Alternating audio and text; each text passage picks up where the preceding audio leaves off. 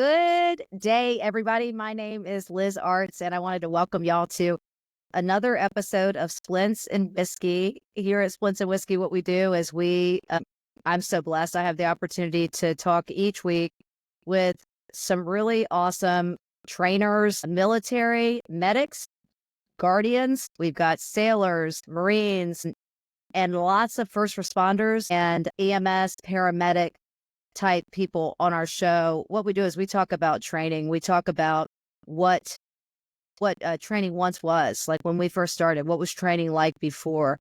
How are ways that it has evolved? What are ways that it's gone back? We've realized that we don't need to have that evolve anymore. Go back to basics. And then where's it going in the future? And so my goal each week is always to have conversations that are authentic with people that are out there living the dream and out there really coaching people and having hands on. And so that's why today I've got two people with me. First is Sam Patrick. Sam Patrick has been a guest before, and I've asked him back to be a co-host of the show, especially when it comes into times like this where he's got a lot in common with the person that we're interviewing. We have a second person on the show today is Mr. Mike Marsh.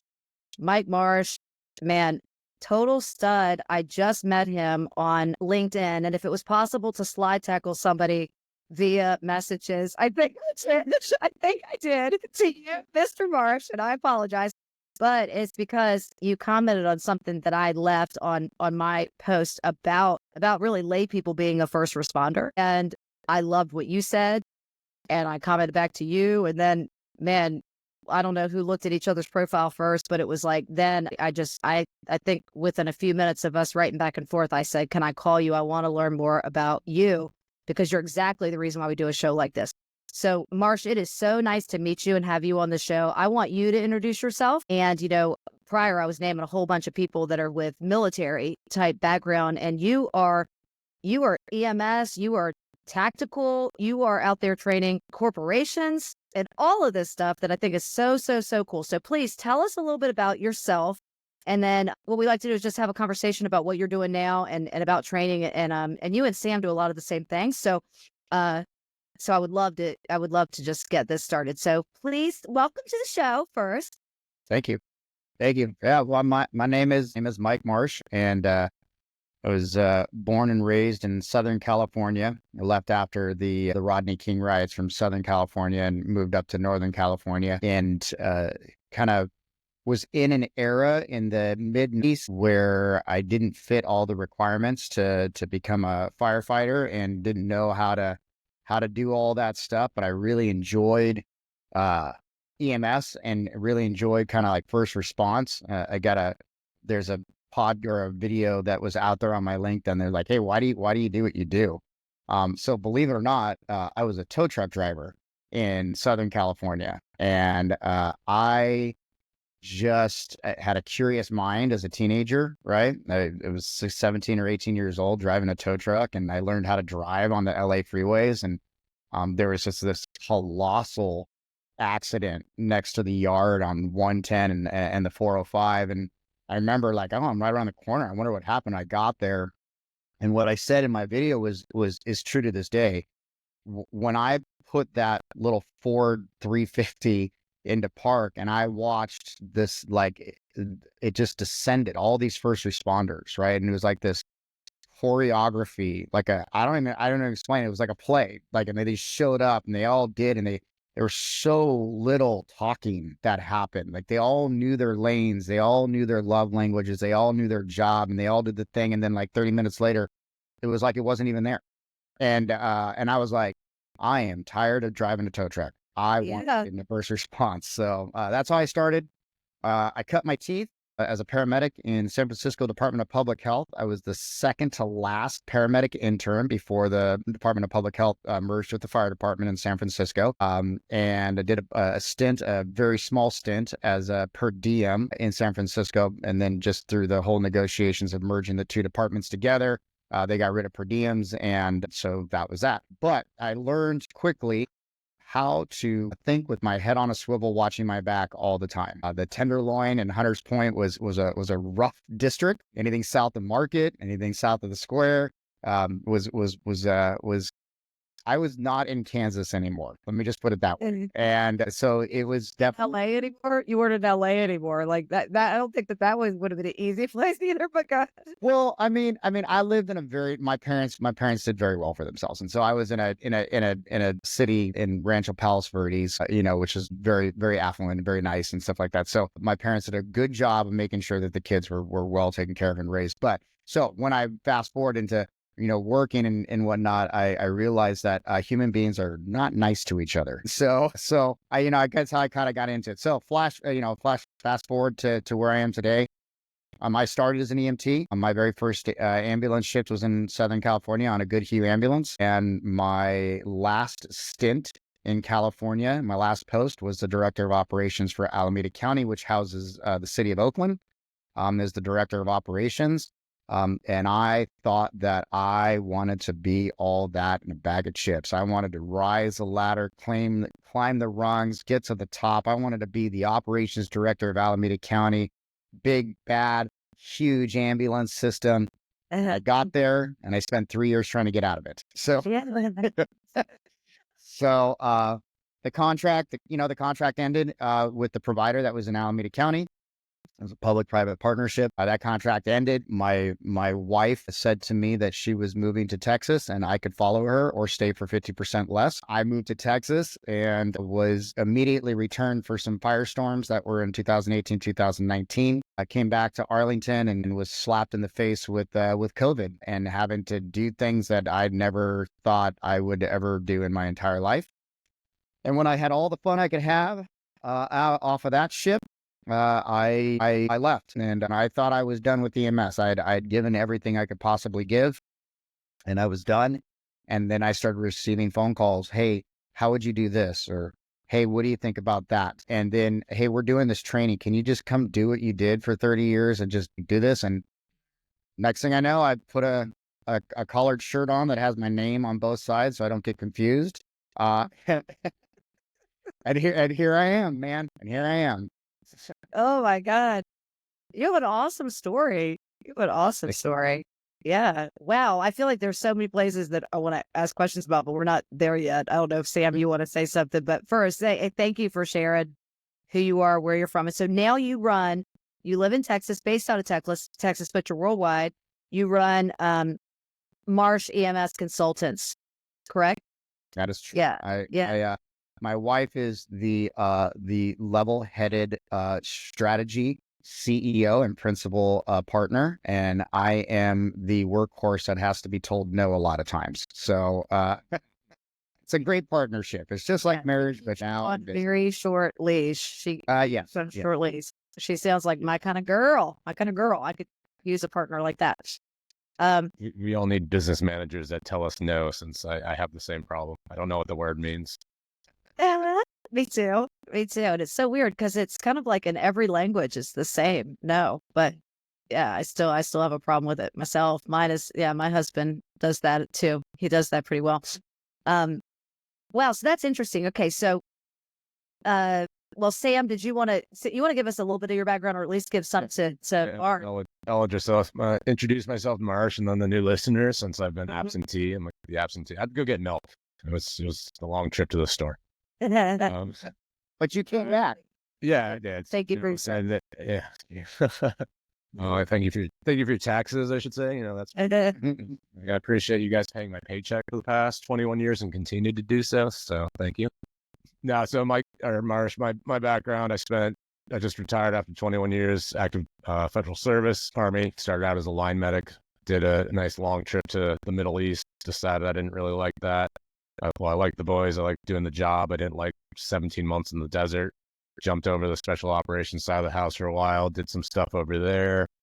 And then the coup de grace of my career was going over to the Guard full time, where I ended up working for the counter drug program in the state of Washington through the Guard. And one of the things we have up here is a training center. So probably have crossed paths with a lot of the same people you've trained up and down the I-5 corridor, since we're responsible for all first response agencies west of the Rockies. And it allowed me to open my aperture wide to realize, like, hey, the stuff we're learning in DoD, it's valuable, but like as we're scaling back, the walker dip is a real thing. So like, how do we get the lessons learned from all the stuff we spilled blood on the sand for, get it into the civil space and make sure it's not lost? You see a lot of the like blood being pushed to the field. I don't know if you guys have it in Cal. Actually, you're in Texas, right? Yeah, we got blood products coming out. Yeah. Yeah. So Randy Schaefer, she's down there in San Antonio. She was kind of the spearhead for getting in the San Antonio fire, and they're kind of the gold standard for what it looks like. We got it up here in King County, Washington now as well. Definitely will pick your brain on that, on your thoughts on how that should go forward as well. But too, like, just, you don't realize how alone and unafraid so many like first responders are out there, like a beat cop working the Tenderloin.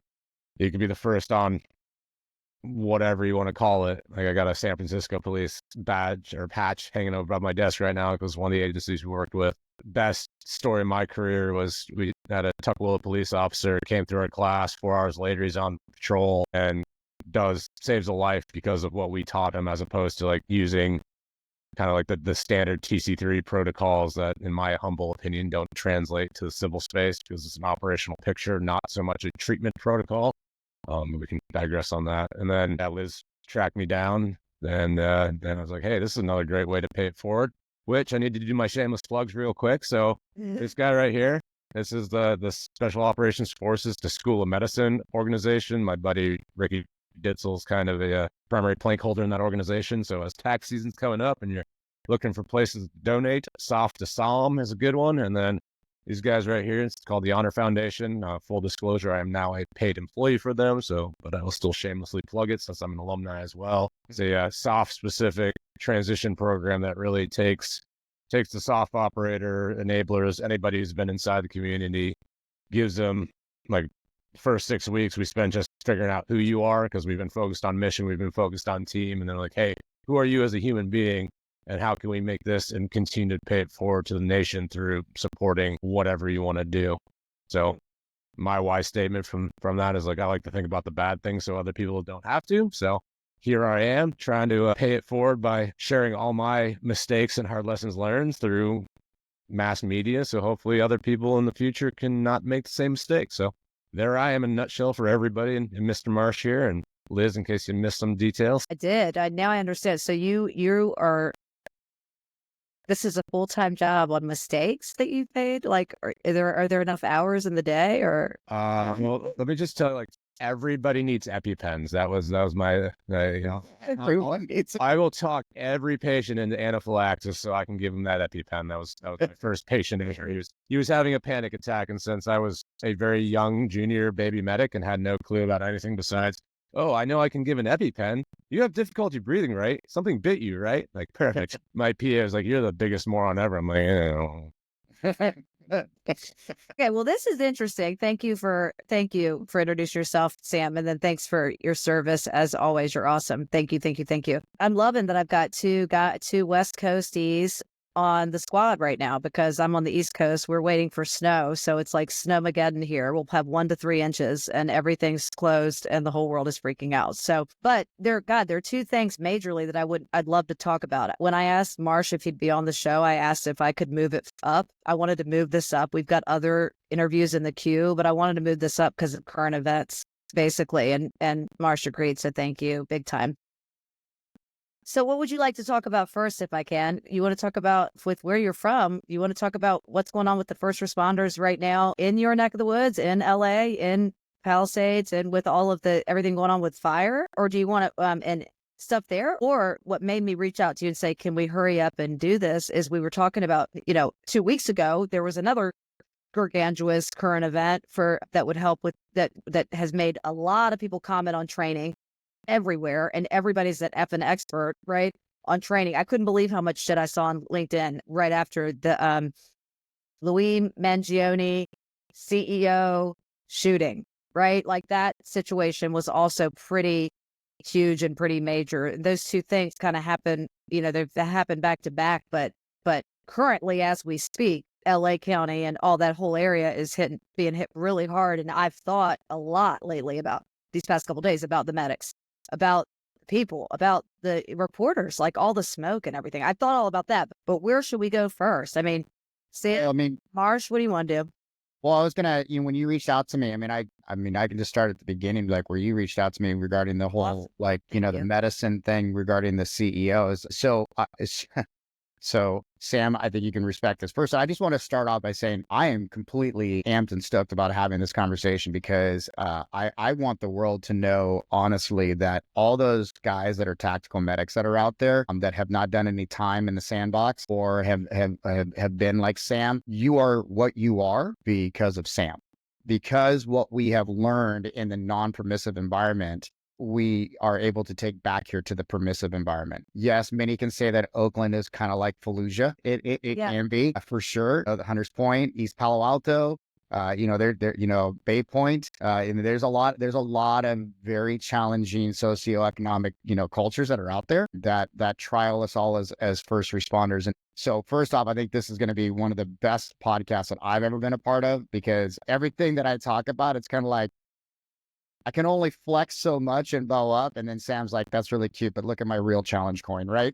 I don't do that. But they So, too, Marsh, they think it too. I'm a layperson. They think it too. While they're gone, you guys are out here and it's gotten a hell of a lot less safe where you are, right? So you're out here but saving their wives, their kids, or their husbands, if it's female, right? You're out here and you're on those streets, and those streets, they're not safe. They're not where these guys grew up in. And so believe me, the service, the thank you this is a reciprocal thank you because y'all are dealing with shit that these guys aren't dealing with either.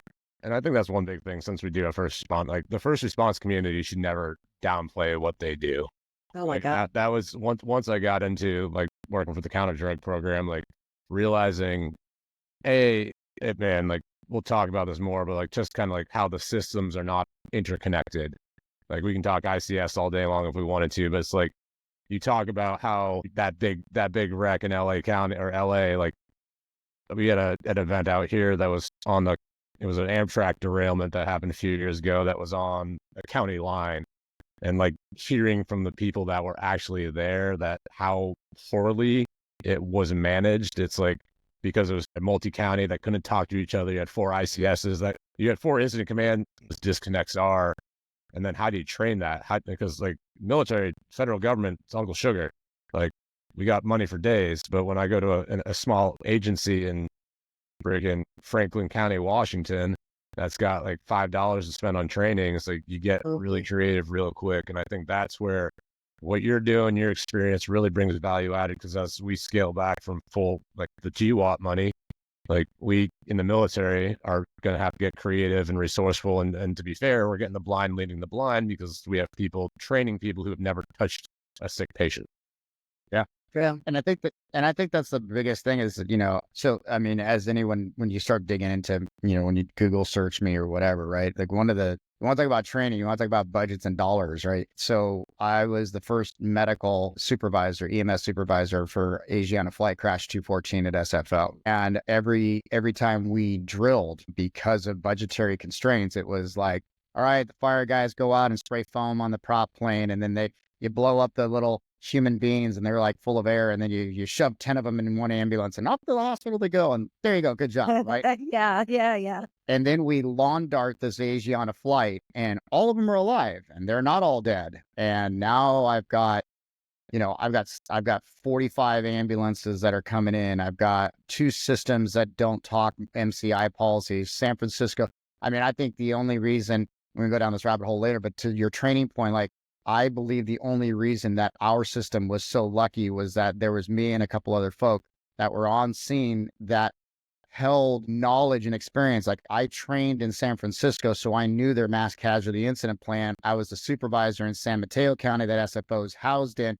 They have a different plan. So I knew what drove them and how to deconflict that process of like not duplicating patients to the same hospital, going to the general, Zuckerberg's hospital now, whatever it's called now. It was the general then, or Stanford, or wherever they're going. And so, but no one trained me. There was no put the software in the computer, click next to your ICS course. So to never train me to the point where I'm like, hey, by the way, there's 307 people, only 2 are dead. And now you have to destinate all these folks. And oh, by the way, they're all not from this country. So now you have to deal with the the CDP stuff that's on there, right? And so now they're putting CHP officers on it was a lot. And then when you get done with that whole thing, then you kind of find out now they want to know about your training when NCSB is sitting there talking to you like, why did you make the decision you made? Bro, I don't even remember half the decisions I made. So that brings up like going down that training rabbit hole. We got an avenue we're going to take it. We're taking this off ramp real quick. So you hit the nail on the head. Like the only reason why because you're the EMS, like the chief, like the lead EMS officer out there, right?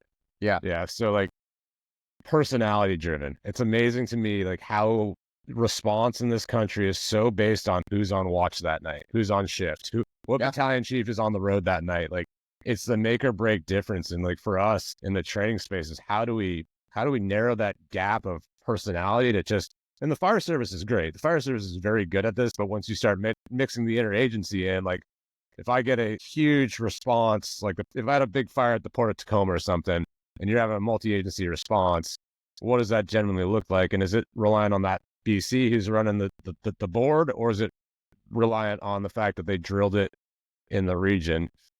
So what are some of your thoughts on like how, like this is going to be pretty broad, but just like what are some of your thoughts on how we can narrow that gap to take the experiential based institutional knowledge that you and I have in our heads, but then export it in a manner that latches on to these people that are coming up behind us who are still holding the line?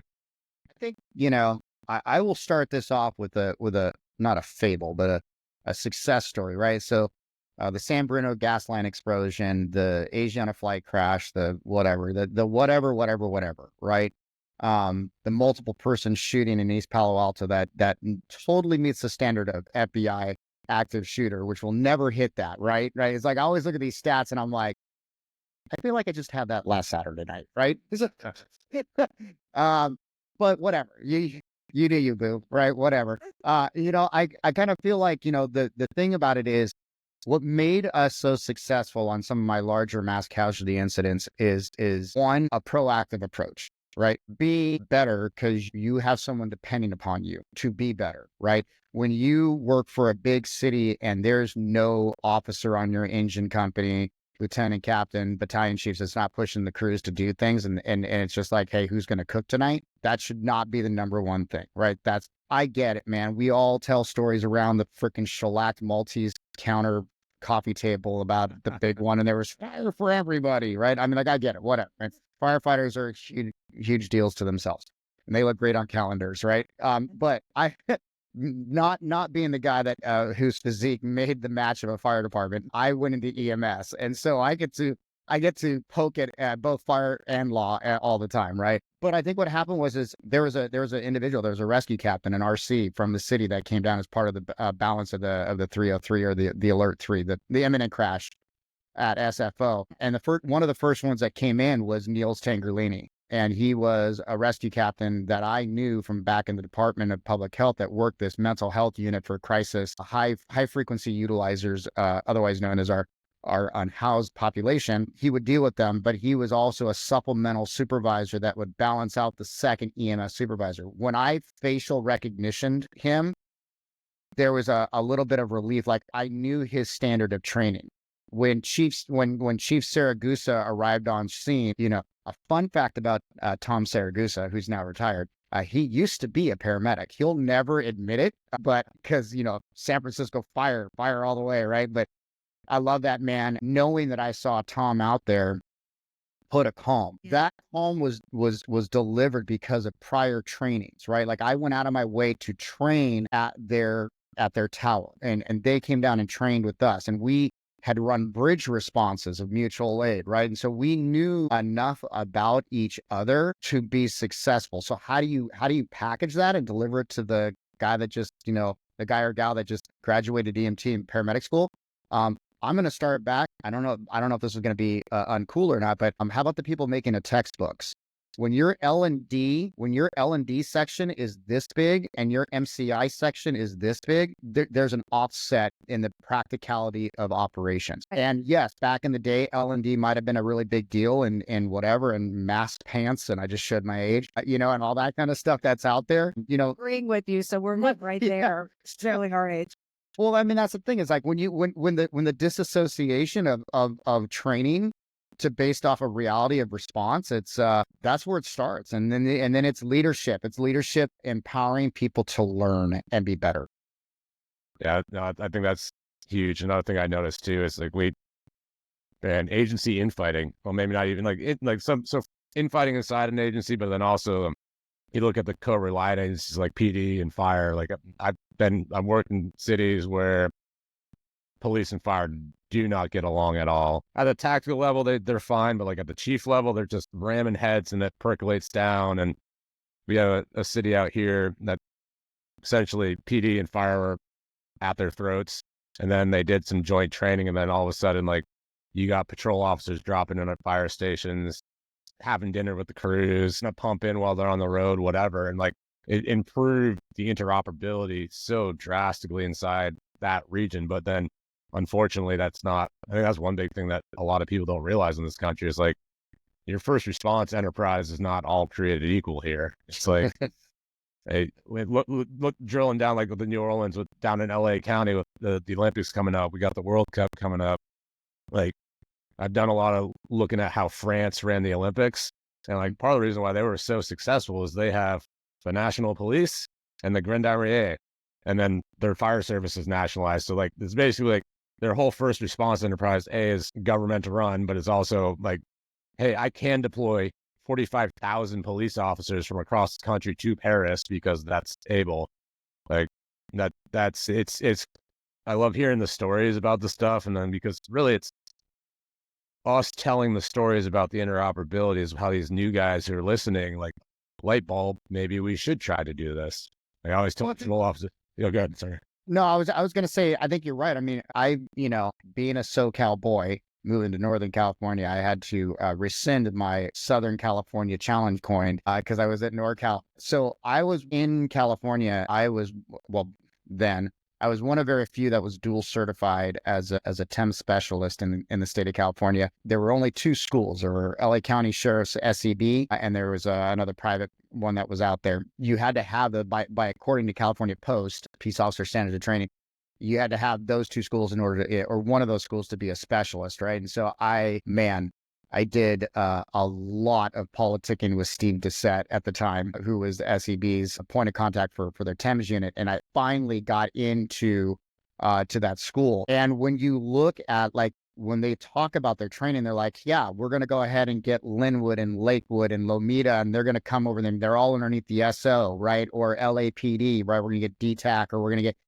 D squad, or whatever it is, D platoon that's going to come over there to do all that stuff. They're one agency. Well, that's super cool until you have your active shooter in West Plainfield, California, outside the city of Davis, that has one fire engine and they're volunteer. And right. And so how do you do that? And I think Alert did a lot of great things to kind of bridge some of that gap. I think Post did a lot of great things. But to your point, and I'll totally yield back, but to your point, in the 90s, early 2000s, and I'm going to say even up to about 2008, I'm going to tell you, there wasn't an integrative, active attacker response, put people together. I mean, man, not to throw, I'm not going to throw any department under the bus. There were departments, right, that allowed you to be a conscientious objector and not participate in an RTF. In training, is an RTF. In reality. And they would, and because they didn't feel safe, or they didn't, and that's where, thank God for the fire service, right? I mean, they do see the shortfalls of what they do, and correct them very quickly. EMS is kind of like the redheaded stepchild. We take a little bit of encouragement and focus to move it into different places. But they found out that, you cannot be sitting in front of a 2020 camera. There's another age, a news camera, right? Being like, hey, so why didn't you go in? The days of us like, well, it wasn't safe. Yeah, man, it ain't, none of it's safe. Right. And so they really did a good job of doing that. And I think that came through training. And I think, the NFPA 3000 stance paperwork, the Hartford Consensus Acts, all the stuff that got us to where we're at today is this huge testament to people that did not put the torch down and kept going. Because at the, me personally, my why to understand and be better, why I became a tactical medic and why I became a better medic. I mean, my care was here. My tactics are really up here. But if you're like, hey, what kind of 12th cranial nerve heart rate beat is, I'd be like, I have no idea, dude. I push the gray box because it's a squiggly line, right? Kind of deal. But one of the things was, I found myself staring down the wrong end of a sniper rifle during a domestic violence, a home intrusion, and figuring out that there was no coordination, and I almost just got smoke checked. That was a huge wake up call for me. Yeah, I think Liz, stealing all your thunder today. Yeah.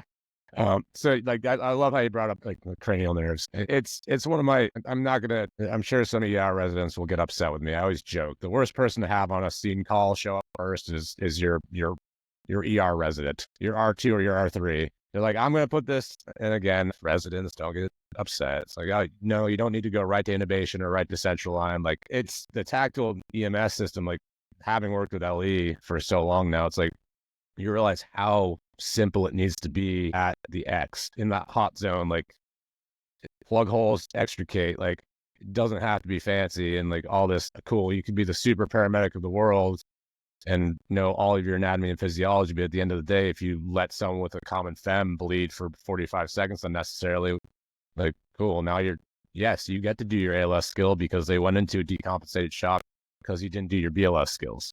Correct. Yeah. So like, I think that's one thing I'm seeing. It's one thing I'm very passionate about, especially because a lot of the agencies I work for, like, oh, we got a guy. I'm like, okay, cool. Let's talk bleeding control. Put a tourniquet on. And they go, get their tourniquet, they put it on. I'm like, why didn't you do direct pressure? Why didn't you do this? It's like, are you seeing that? So for your perspective, are you seeing still kind of the discounting of the simplest steps? At a higher level? Do you mean to higher level students? No. So well, to be fair, like, so that's one thing I've seen is like, it's just across the board is people, since I don't get to do something quote unquote sexy, I don't get to pull out a tool, like the simple things like the head tilt chin lift, the freaking compression only CPR, stuff like that. The very simple BLS skills aren't always, like, I haven't seen them emphasized as importantly as they could be. Is that the same that you've seen in your experience, Marsh? Yeah. So I get the joy of coming in every once in a while to California and teaching the UC Davis paramedic and EMT program. And of course, they all want to go out for the big, heart monitors and the escalating doses and all that kind of stuff that goes in. And then when I do like a TECC LEO class or something like that, I'm of your same stance, right? Don't make things bigger than they need to be. Like understand. And I think the reason is because back when probably you and I went into paramedic school, I wasn't allowed to go to paramedic school without a 6-month anatomy and physiology course. Yeah. Right. I wasn't able to get to paramedic school in 1995 when I started my paramedic school. I wasn't even able to go in without 6 months of ambulance time. Right. And I think because our demand staff models are so upside down that it's like, so no felonies, you have a pulse and you can breathe. Right. Sweet. Can you come to work? Right. Kind of deal. And I'm not mocking everyone. I'm just saying that's the inversion of where we're at is 180-degree difference. So to answer your direct question is, yeah, I do see it. And here's the biggest one that I see: hypothermia. No one understands the hypothermia issue, right? Like if you have a core that is less than 94, you can throw TXA and the world and whatever your fancy stuff in the cooler boxes in your MICU to go do this thing. It doesn't matter. It doesn't matter. And it literally is a mylar blanket that you could put onto someone. And so when I was a part of the team that I got voted, when it was pretty awesome. I was the first medic ever in the team to be voted SWAT Operator of the Year. And I will tell you, I was pretty proud of that because you'll know this as a medic in the sandbox was every time they did outdoor movement and tactics, their gear got less. My gear as a medic got heavier, right? Yeah. And so rucking all that stuff in there, we had a guy fall out from dehydration and whatnot and, went into rhabdo and all that kind of crap. And I remember it was just the basics, like, oh, you need to start IVs, you need to do this. And I'm like, no, I need to keep him warm. I need to keep him PO'd so that the whole process is where he's like, just the standard care will save somebody's life. And so, yeah, so I think that we're going for the sexy stuff. Absolutely. God, I feel like I'm in freaking Southern Baptist Church. Amen. Really, always hear about this hypothermia situation and just keeping it back to the basics. I mean, yeah, that's making me sweat, getting all excited. I have a question for you both, if you don't mind. Marsh, I got to say to you first, I loved it. Well, this will come into the question. When you walked into your future, when you're tow truck driving, and you said that you're at the 110 on the 405, and it was like a play, and it was choreography, and no one even talked that much, like how amazing that was, and then it disappeared, and it never happened. Like, God, could you imagine if that was our story about after we left a scene? Like, could you imagine if that was always our story, that people thought that, like that it worked that well, the communication and all of it like that. That's so cool. So I love that. I feel like you're a very good storyteller. So for a purpose. Okay. So yeah, I always hear about back to the basics, right? And I want to talk about the training when you train to that, right? Because I'm the same way. So I could sell, I'm in like medical training sales, right? So I could sell tourniquets to everybody and kits, TECC kits or TCCC kits or whatever, medic type kits, IFACs to everybody. But, as we start to get away from any bit of threat or any bit of conflict, like when we're not in an active conflict, then the DoD starts buying things like, mannequins that speak 5,000 different languages, give birth, bleed, do backflips, and just happen to have won a Nobel Peace Prize at some point. And you're like, oh my God! And they're like $400 million for this one, for one, an AI mannequin that will talk back to you and tell you that it has a temperature, and you're like, holy crap, And meanwhile, every single thing I'm reading from the IDF or from Gaza or Ukraine or wherever any active conflict is, it's like, yeah, our problem is still hemorrhage control. I mean, right? I mean, oh God, what if we spent that $4 gazillion on these basic things, right? And I don't want to have to send my son or daughter abroad in a conflict for them to come back so that they have like the street smarts or the background, like I want them to have good training. And that's what both of you do. You both provide training. So how do you go into a class if let's say it's going to be some younger guys? You said that the reason why what was effective in your first big conflict or your first big what do you call it, a disaster, or your first big situation and scene call. Yeah.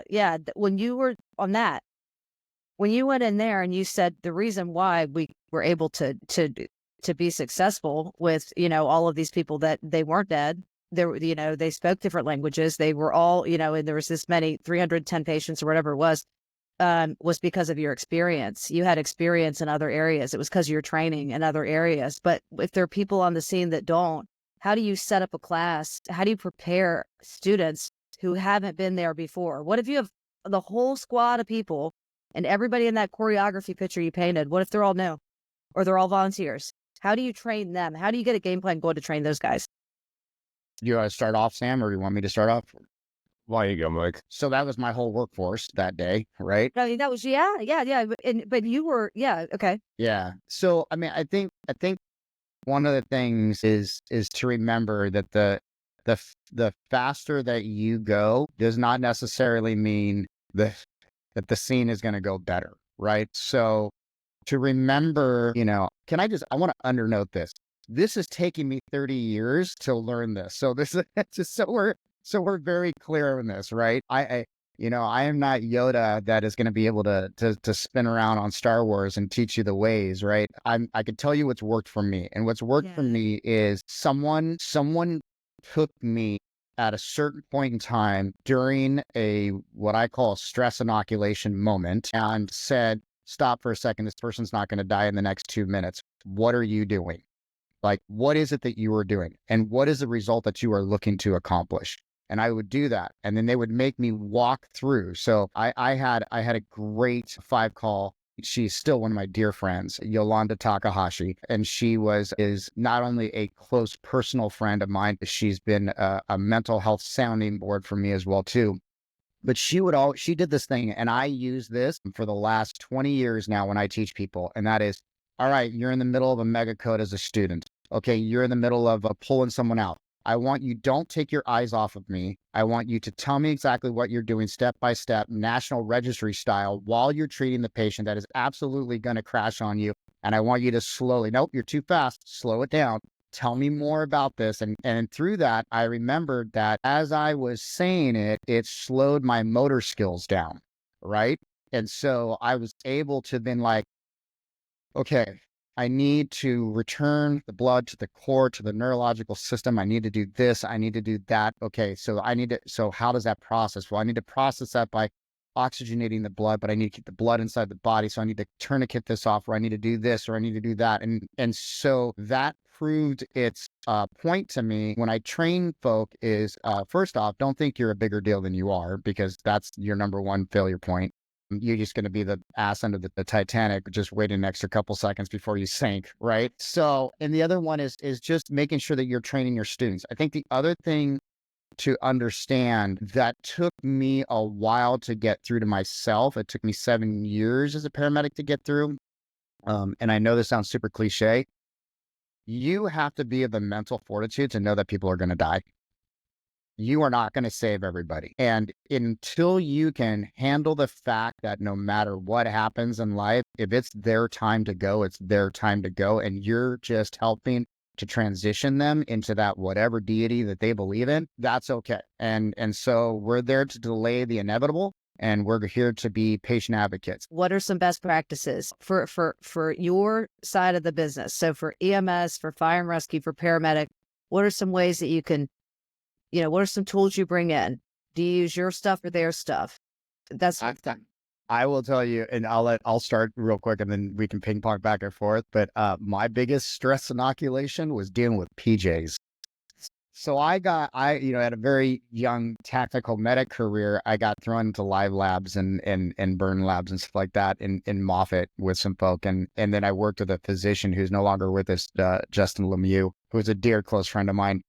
And this conversation's for him, because he definitely dealt with a lot of demons and eventually succumbed to them, and I think that one of the ways that he would always tell me, he was like savant smart as a physician, social train wreck, but his savant smart, right? And so he would come over, and my wife, who cannot stand the sight of blood, like at all, at all, or spiders, Spiders, thank you for adding that. Right. Big spread. Justin would come over, and he was a Stanford attending, right? He did his stuff, and he was just, God, he was such a knucklehead, and I loved him to death. And he would sit there and eat the dinner that my wife would make. And he would come over often, and he would sit there, and he's like, you know why I'm so good at what I'm doing? It's because I push myself to the most uncomfortable situations ever, and then I'm asked to perform. And one of the ways that he pushed me as a physician was through some 95th CST training and some PJ training and some stuff like that, where it was like, there was no win. There was just less suck, right? Yeah. So that's how I learned. I interviewed a PJ for this show, and I know some PJs, but I had never sat and just gotten deep on training and everything, right? And I interviewed him, and I got off, and I was like, wow, like it was, I didn't leave like, God, man, thank you so much. That changed my life, and I'm making a difference. I left sort of like, okay, people are going to die, like, we're like, wow, it was like black or blacker, right? So it was just dark, but it was good. I mean, he was insane, but I don't know, Sam. You tell me. I mean, I would love to hear what you're saying. I mean, I can tell you massive amounts of stories, good ones and bad ones and whatnot, but I'm interested to hear, like, how do you train? Yeah. So like stress. Well, first of all, another thing I learned about the first response enterprise is the union rules make it real hard to stress people out. Yeah. Like we kind of get, there's my timeout card. Yeah. So so it was fun working on, like, so when we come into town, like, man, we cover people in blood and stuff, and just like, hey, there's no union rep here, man, sorry. But for me, like, I just subtle stuff, sensory depth, like taking away the lights, putting smoke in there. So one of my favorite scenes I would always run, it's smoking fumes with strobes mimicking the fire alarms. So just getting a little bit more stimulus. And of course, I always love when they just ignore the smoke and fumes. I'm like, see that cloud up there? You just walk through, you're dead. Because like trying to give threat, trying to like that's my biggest thing is like with training in the space is giving a relevant threat. Because like we blow past it, we BSI scene safe. Like we blow past the two most important things to keep the medic safe, and then me not getting shot in the face because I just say it before my run and we do it. But we don't actually think like what does a safe scene look like? Because direct threat, we all know, like for me, it's pretty simple. Something can hurt me and I can see it. Indirect threat becomes very gray, very quick. And getting people to assess the scene quickly, make a decision. Because like out here in Washington, we have the duty to render aid now for law enforcement. So you get so many cops who stop doing cop crap and become a medic. And I'm like, nope, be a cop first, still be a cop first, and then do medic stuff. On the military side, it's super easy because you can, it's as long as there's a risk assessment and a con-op, it's not hazing, it's training. Like for hypothermia, for instance, if I had a medic who left a patient uncovered for 45 minutes, you're lying on a NATO litter getting sprayed with the hose for 45 minutes. Guess what? They never forgot again. Yeah. But like, that's the thing is like the hard part with stress inoculation is there's the layers of it of, do you want individual stress inoculation where they're just figuring out who they are? But then when you want them to do this higher, like you need them to think critically, you need them to see the big picture. Because I always tell medics, like, hey, I always joke with the medics out here because they wear white shirts. I'm like, yeah, you're not supposed to get dirty. Like, because if you're the knowledgeable person, just like a trauma attending in a trauma code, like they're sitting in the back of the room with their arms crossed, and it only gets really, like, it gets bad if the attending has to step in, but they're seeing the whole thing. They're watching that R2 do the airway. They're watching the R3 do the EFAST. They're watching the EFAST. They're watching the patient's status to say, okay, do we have time to go back to scan, or are we going right upstairs to the OR? And so like getting, like, one of my big things is when I train is like, especially with medics, is like, hey, take a step back, take your hands out of the patient, and then start directing people. And that's a skill that's really hard that we take for granted. It's two things: talking on a radio and then telling people what to do on a scene when you should, like, yes, you can dive in, but should you? Yep. I think when you're building your environment, like when you're building that environment for your training, wherever you are, whether you're out, whether you're in a classroom or whether you're out, in some sort of field exercise or something like that, it's almost like, really ahead of time, the best guys I talk to are the ones, it's y'all, it's people like y'all all the time. It's guys that do their own research all the time because it's just inside of your body. I mean, we are like, it's just something where you've become this and now you're a junkie, like I'm like that, and I don't practice medicine, but I fell in love with this, with what we do, and I'm a part of the community now, right? So we all just get together. So yeah, you're resourceful all by yourself. You're always resourceful. But I like it when you're in those groups, like whether it's, you want to call it like an AAR, or you want to call it sort of I don't know, just like a powwow in the beginning. But when you're able to tell your stories and you're able to tell real stories, like Mike, you said it without even thinking about it. There was one way where you learned something because there was a barrel in you were staring at a barrel from the field, right? And those aren't things we train for. Stress inoculation. I mean, we're not, I'm talking from a salesperson who sells training devices for these scenes, right? Like, those aren't the things that I'm not going to say. I've never been there, so I'm not going to say, oh, also throw in a barrel. That way, if this guy opens the door and he's a drug addict and he puts it in your face, or something, or whatever it is, and scare the crap out of it, of the person. But, it's almost like you can come with different scenarios, like my Army guys. I've got an Army guy in Texas that I love. And, he just makes sure that some bit of his machinery, because he was infantry. He wasn't a medic in the field. He was infantry when he was a ranger. His deal was he wanted to make sure that, like his tank something was jacked up on the tank. And so something broke and we couldn't get the patient on it, or we couldn't get the partner on it, or whoever, the battle buddy on it. Certain things that you could mess up that aren't things that a student would be expecting. That just triggers. I'm sorry, I don't mean to jump in. So cool. Two things first, so stimulus, giving them the accurate stimulus of a scene call, because something as simple as a smell. Hey, like, what's that smell? Like, that's the make or break difference. Is that a toxic industrial chemical or material, or is that smoke from a house structure? Like, I'm looking at all these fires in SoCal, and I'm watching these guys in wildland gear fighting structure fires, and I'm like, Like, you guys wouldn't get close to that structured fire on a normal call without an SCBA, but here you are unprotected. Like 9/11 is a fine example. Again, they're working a rubble pit without proper protection. They get cancer. So getting that stimulus of like, hey, I need to remove myself from the scene to go make myself safe or make the scene safer. Having weapons, having like, it's one thing that drives me nuts. Like, and I find the best thing for simulations for this one is firecrackers for gunfire. It's like gunfire is loud. Like, I can't recreate it on a speaker. Like, I need that acoustic concussion. That's another thing too, is like, you're a Thames med, like having a rifle going off next to your head is a significantly different feeling than just a speaker playing next to your head, because you're actually feeling the muzzle blast and all that stuff. So like, and then what was completely lost train of thought. What was your first one? Stimulant, and so you had a second one, I think. Yeah, That's good. yeah, but it'll come back to me or it won't. But like, yeah, that's I think the biggest thing is for us is recreating realistic scenes, and then two, like forcing them to make like, you can't make multiple decisions at the same time, but like, it's essentially the game. Like, if you make the right decision in the right order, you succeed. Oh yes, thank you. I got it. Wargaming. So another thing too is I always see this. I'll see people wargame the scenario before they get into it. So if they are thinking they're getting a trauma lane and they're prepping all their gear for trauma, I'm like, all right, cool. You just got an unresponsive patient. Like, you're a paramedic. It's quite entertaining to watch Army medics who are paramedic trained get thrown a patient who is not trauma. They literally like, cool, you got altered mental status. What else do you like? What else could it? Yeah. You rule out the big one. Bleeding, is it head injury? Cool, but what else could it be? Because there's a lot of things that go wrong to people that make them go unresponsive that aren't trauma. Yeah, and as they meant, you have police.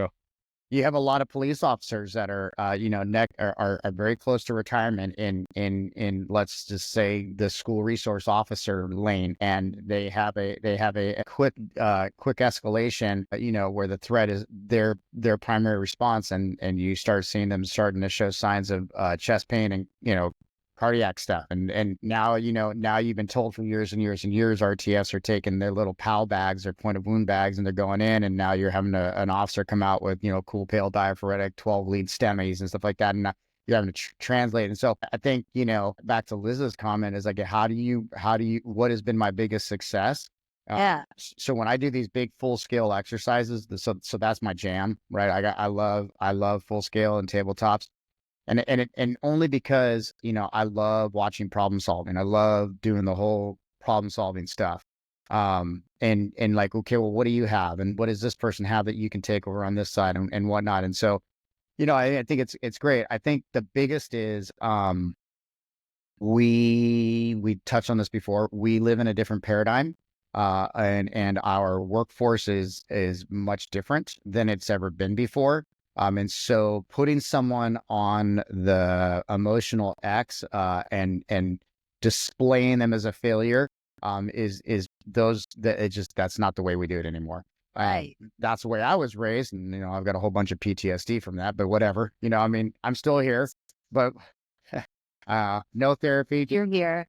Just a lot of whiskey, But with that being said, is like, you have to do adult learning, right? So you have to be like, okay, how do I bring them out of their shells and how do I do this? So we'll go through these things. So one of the ways that I do my trainings now is policy review, policy assumption, policy application versus reality, a tabletop exercise where they all think they're going to do the stuff, work and facilitate each side of the room, then a full scale exercise, and then a proper after action report. And I have you do everything. You do a lot before the full scale. Yeah. And I will tell you, I've done a lot of full scale exercises on the job and in this own consultancy that I'm doing right now. I still learn things. You know this, Sam. I did not know this until I did my big state of California, big one with the Air National Guard and the 297th and the C-135 that was out there. They did a ROC. And I'm like, what the heck is a ROC? Right. And they're like, it's a rehearsal of concept. I'm like, what? And then so we did this thing, and now I walk in all these freaking green suits and all these private patches and they're all in this big, like, I mean, it looked like one of those Harry Potter Hogwarts, kind of like you're the professor down at the bottom, and they're like, they're up here like this. And so I'm working this big room, and they're like, but the way they did it was so cool. Like, I'm like, I cannot wait to implement this on my next one. And it was, okay, so you're going to be doing this. Loadmaster, I'm just using stuff and throwing it against the wall. So don't laugh at me, Sam. But Loadmaster, what do you, this is when it happens. The C-135 is going to come in here and they're going to be doing this and what's going to happen. And they go through their checklist. And then that checklist, as soon as it touches another person, that other person gets called for their checklist and they continue. And they name their toys, talents, and treasures that they bring. And I'm like, man, that is badass. Like and so I implemented that in a project that I'm doing now, and it has taken off like wildfire. Yep. So it's cool. That's Like, cool. one of the most impressive things, most tedious and miserable things I was in ever was a 75th Ranger Regiment when they do airfield seizures, their rehearsal concept drill, the rock drill. Like, literally every C-17 pilot's flying over, like they're dropping paratroopers, and the team leaders are falling behind them and talking about where they're moving around. And the only people I've seen in the civil space besides you, like, translate and bring it over, like, to do it well, is the Bureau. So, like, the FBI, when they do a huge multi-agency, like, operation, like, they will do a Ranger level rock drill.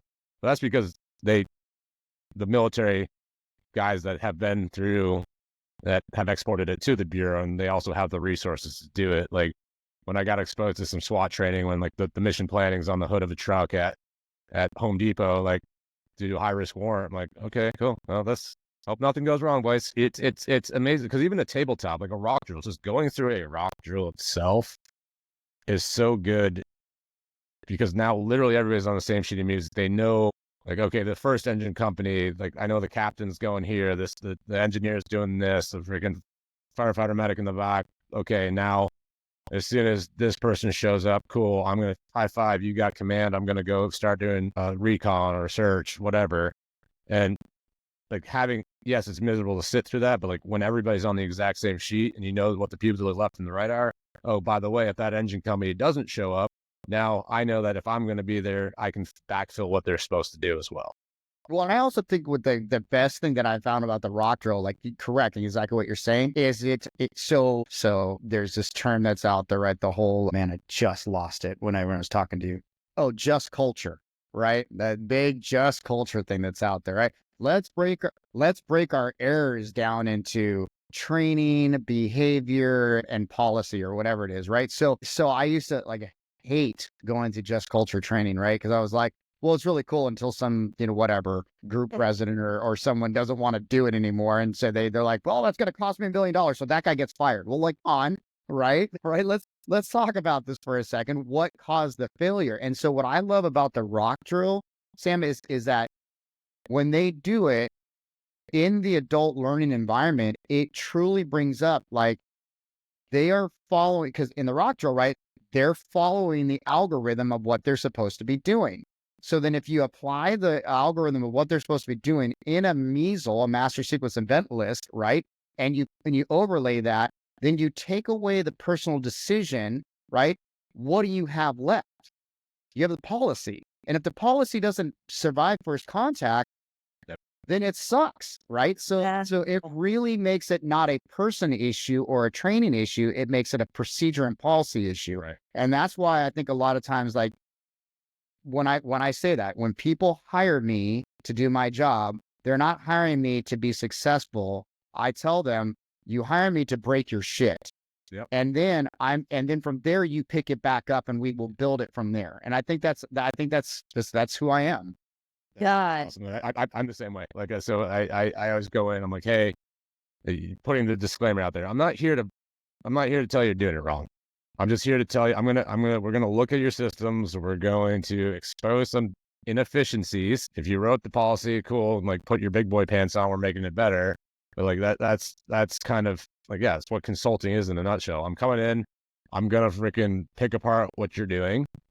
I'm going to make suggestions for you how to fix it. But, like, I can't fix it for you because I'm not a stakeholder that's going to be actioning this every day, all day.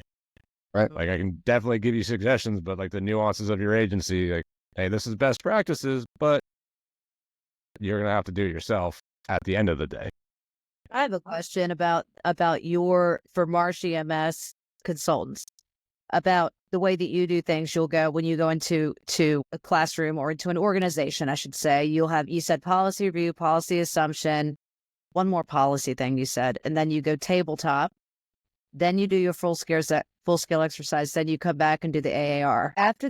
When you do the AAR, do you go back and do the full scale exercise again? Or do you just talk through it because you've learned it through the AAR? I have been, I guess this is a horrible sales tactic because when I say this out loud, it's going to sound like I suck, but it's, but you I've never already. I've only been asked by 2 clients to come back the next budget cycle to test it. And I want to make very clear, right? It wasn't because I sucked. It was because No, like that. I don't mean for you to come back next quarter. I mean, you just run the full scale exercise, then you do the AAR as a group. Then an hour later, do you do it again, the full scale exercise again? No, right? Now we AAR does that, right? That's where you could. Okay, all right, everybody. So I want to thank Mike Marsh at Marsh EMS Consultants, and I'm the one plugging him, not him. Sorry, guys. I am in sales. And I don't sell Mike. But I will by myself for free. Just on the side. Because I love him. Okay, so yeah, so thank you, Mike, for coming on. Thanks for sharing all of your awesome experience. And I'm sure people will reach out, and if they do, I hope it's cool with you. I'll shoot you a text or something and say, hey, this guy wants to meet you. They want to hire you, or they just want to pick your brain, right? And so I'll send you people if that's cool. Mr. Sam Patrick, thank you for your co-hosting expertise and for all of your experience. Yeah, thank you so much. And I want to thank everybody for listening today to Splints and Whiskey. There's always a lot to talk about. We always take away a lot, and then I always feel like that the time runs out, which is, I'm sure, how we all feel in the field every damn day, right? The time keeps running out. There's always time to talk about training, and there's always time for us to continue to grow. So thanks for being a part of this community, and I look forward to hearing your thoughts on today's Splints and Whiskey, right? So thanks for having us, and we will catch you next time.